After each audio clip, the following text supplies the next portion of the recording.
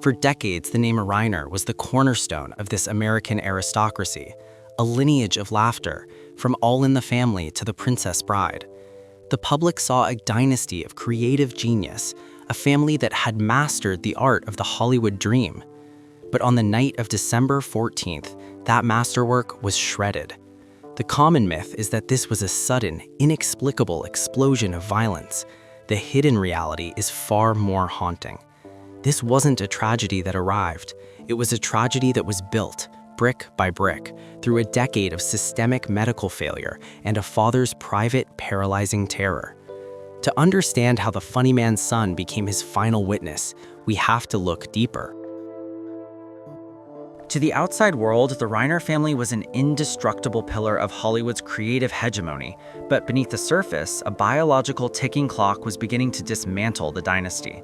In late 2025, the defense team for Nick Reiner pulled back the curtain on a devastating medical reality, a diagnosis of schizophrenia. This wasn't merely a label, it was the entry point into a profound state of psychosis, a neurological fog so dense that by the time of his arrest, Nick was reportedly untethered from the shared reality of the Brentwood elite. The paradox of the Reiner case lies in the timing. While the public consumed the headlines of a celebrity son gone wrong, Nick was navigating the onset of a condition that essentially rewrites the brain's architecture. Schizophrenia often strikes in the late teens or early 20s, but its manifestation in Nick, already a survivor of a decade of substance abuse, created a lethal synergy. Defense experts describe a man who wasn't just angry or rebellious, but one who was suffering from command hallucinations, auditory mirages that can override a person's fundamental moral compass. When Nick appeared in court, he was a ghost of the man who had walked red carpets. Clad in a blue anti-suicide smock and shackled, he spoke only 3 words, yet his presence spoke volumes about the systemic failure to bridge the gap between mental health treatment and criminal culpability. This wasn't a sudden snap. It was the final result of a years-long structural erosion. The diagnosis was the smoking gun, but the catalyst was yet to be fully understood. The fracture didn't just exist in Nick's mind, it had already begun to bleed into the high society circles of Los Angeles, where the first signs of the coming storm were about to manifest in a very public explosion. There is a specific architecture to high-end recovery in Southern California, a world of infinity pools, Equinox-grade gyms, and artisanal detox juices. For Nick Reiner, this wasn't a temporary retreat, it was his primary residence for over a decade. Since the age of 15, Nick had been caught in the gravitational pull of what analysts call the industry of hope. He had cycled through more than 20 different residential treatment programs, a staggering statistic that reveals a fundamental flaw in the American addiction care complex. The most recent attempt was the most opulent, a $70,000 per month facility in the hills of Malibu. At that price point, one isn't just buying medical intervention, they are buying a mirage of safety. The paradox of these ultra-luxury facilities is that they often prioritize comfort over the grit of clinical efficacy. In these golden cages, the systemic reality of heroin addiction, which Nick had struggled with since his teens, is treated with a velvet glove that may inadvertently mask the encroaching symptoms of something far more sinister. Experts point to a critical systemic silo, the historical wall between addiction treatment and psychiatric care. For years, Nick was treated for the symptom, heroin use, while the cause, the underlying neurological decay, was left to fester in the background. The $70,000 a month price tag suggests a family desperate to build a barrier between their son and the streets he often fled to, preferring homelessness over the rigid hegemony of these programs. However, money cannot buy a new brain chemistry. When Nick was discharged from this latest facility, he wasn't cured. He was merely transitioned from a controlled environment back into a reality he was no longer equipped to process. The safety the Reiners thought they were purchasing was in fact an expensive illusion. The rehab cycle had become a revolving door that led not to recovery, but to a collision course with a social circle that was about to see the facade crumble in real time. As the medical safety net failed, the scene of the tragedy shifted from clinical environments to the most exclusive private spaces in Hollywood, where a single evening at a friend's house would signal the definitive end of the Reiner family's peace. In the quiet, fortified hills of Brentwood and Pacific Palisades, there exists a social hegemony built on discretion. Here, the elite gather not just to celebrate, but to insulate. But in the weeks leading up to the catastrophe, that insulation was pierced by an anomaly that no amount of Hollywood influence could suppress. It happened at a gathering at the home of late-night icon Conan O'Brien, a space usually reserved for the quick-witted banter of the industry's brightest minds. That evening, the atmosphere was shattered by the sharp, dissonant sound of breaking glass and the raw, unfiltered vocalization of a mind in total collapse. The blowout at O'Brien's was more than a social faux pas. It was a systemic warning light flashing red in the heart of the A-list. Witnesses described an incident that transcended mere bad behavior. Nick Reiner had to be forcibly removed from the property, an act of physical intervention that is almost unheard of in these curated circles. But the true horror wasn't just the public outburst, it was the private realization that followed. It is at this precise moment that the paradox of the funny man became a haunting reality. Rob Reiner, a man whose career was built on the warmth of human connection and the levity of the American spirit, was privately communicating a chilling sentiment to his inner circle. He was afraid of his own son. This fear represents a fundamental breakdown of the domestic social contract. When a parent, especially one with the vast resources of a Hollywood titan, begins to view their child as a physical threat, the architecture of the family has already failed. This wasn't the rebellious phase of a celebrity scion, it was the manifestation of a father's intuition that the person living under his roof was no longer the son he knew, but a catalyst for potential violence. The tragedy lies in the silence. In a world where image is everything, these desperate admissions were whispered in confidence rather than shouted to the authorities. The social contract was broken, and the fear was justified. But to truly understand why the violence felt inevitable to those who knew Nick best, we have to look at how he had already written the ending to this story years before it actually happened. In the world of independent cinema, a screenplay is often a roadmap to the author's soul. But for the Reiners, their 2015 collaboration, Being Charlie, was less of a creative endeavor and more of a psychological blueprint, a public exorcism performed under the glare of Hollywood lights. The film, co-written by Nick and directed by Rob, centers on a teenager named Charlie cycling through the golden cages of rehab, while his father, a famous actor turned politician, played by Cary Elwes, obsesses over his public image. The paradox of Being Charlie is its brutal, self-lacerating honesty. In the script, Nick didn't shy away from depicting the father as a narcissistic hegemony, a man who prioritized the optics of his gubernatorial campaign over the fundamental reality of his son's decay. This wasn't just art, it was a digital record of resentment.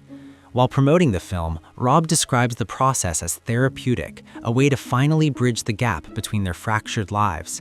Yet behind the scenes, the battlefield was still active. Stunt performers on set recalled the duo screaming at each other, with Nick appearing strung out and unappreciative of the cinematic olive branch his father was extending. The film's conclusion provides the most haunting data point. In a final scene that Rob later admitted was a direct apology to Nick, the father character breaks down. He apologizes for trusting experts with diplomas over his own son and utters a line that now lingers with chilling weight.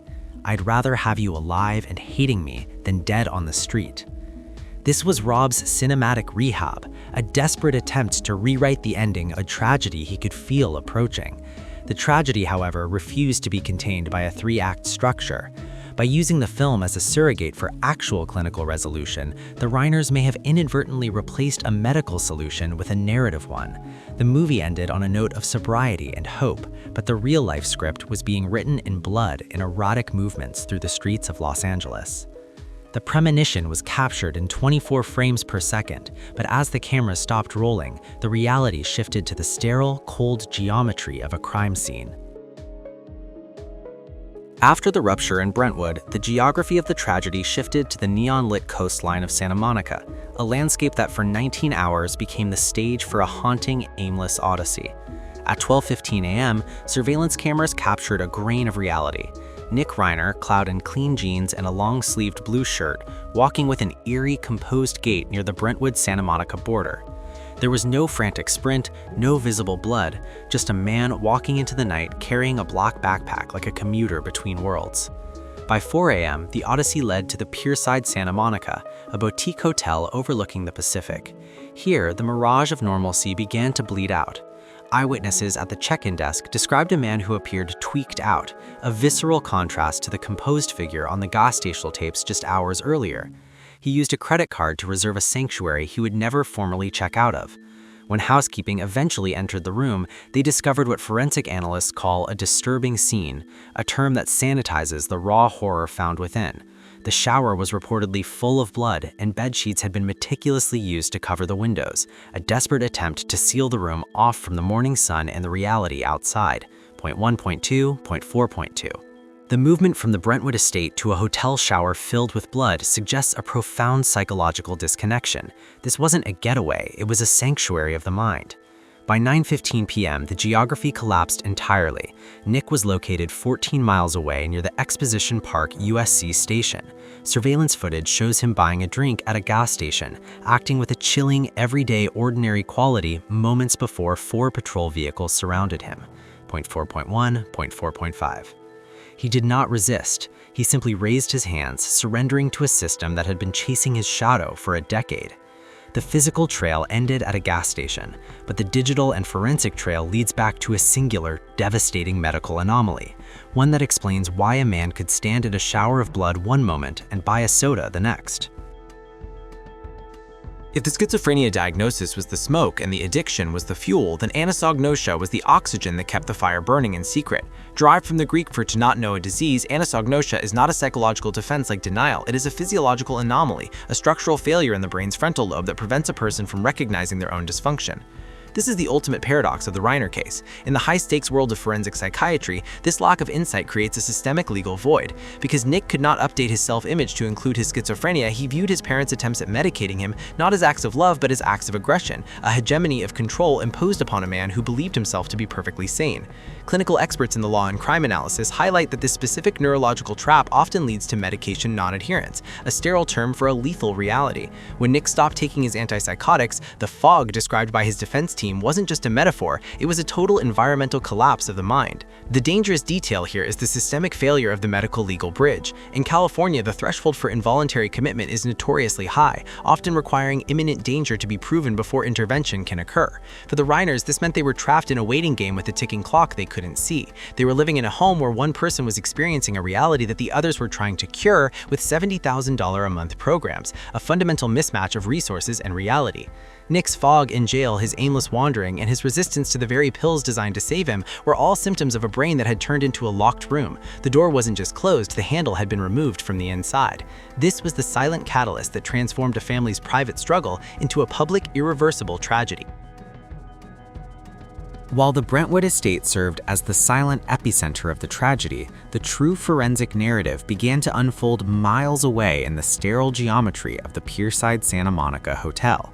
In the aftermath of the rupture, Nick Reiner didn't seek a traditional sanctuary, he sought a tactical void. The blood evidence found within his room at the Pierside provides a visceral data point that shatters any remaining illusion of a clean break. Investigators discovered a scene that transcended mere disarray. They found what analysts describe as a ritualistic cleanup that had gone horribly wrong. The shower in Nick's room was reported to be full of blood, a chilling physical manifestation of the carnage he had carried with him from his parents' home. Forensic technicians noted that the blood was not just pooled, it was smeared across surfaces in a way that suggested a desperate attempt at purification, or perhaps an attempt to wash away the fundamental reality of the night. This crimson trail is the pivot point of the prosecution's case. It suggests a man who was aware enough to attempt to clean up, yet psychologically fractured enough to leave behind a literal reservoir of DNA evidence. The paradox lies in the meticulousness. Nick had reportedly used hotel linens to seal the windows, a classic behavioral marker for individuals experiencing acute paranoia or a schizophrenic break. He was attempting to hide from the very light of the morning, transforming a boutique hotel room into a fortress of shadows. This detail isn't just a forensic artifact, it is a psychological mirror. The blood on the walls was the reality he couldn't escape, even as he tried to build a new mirage behind closed curtains. Consequently, the transition from the intimacy of the family home to the anonymity of a hotel room signifies the final collapse of the social persona he had spent $70,000 a month to maintain. The trail didn't end at the hotel. It led into the public eye, where surveillance cameras began to document the movements of a man who had already abandoned the concept of a future. In the age of the digital panopticon, no one truly travels alone. As Nick Reiner drifted through the arteries of Los Angeles in the wake of the Brentwood massacre, his journey was meticulously indexed by a cold, unblinking network of glass and silicon.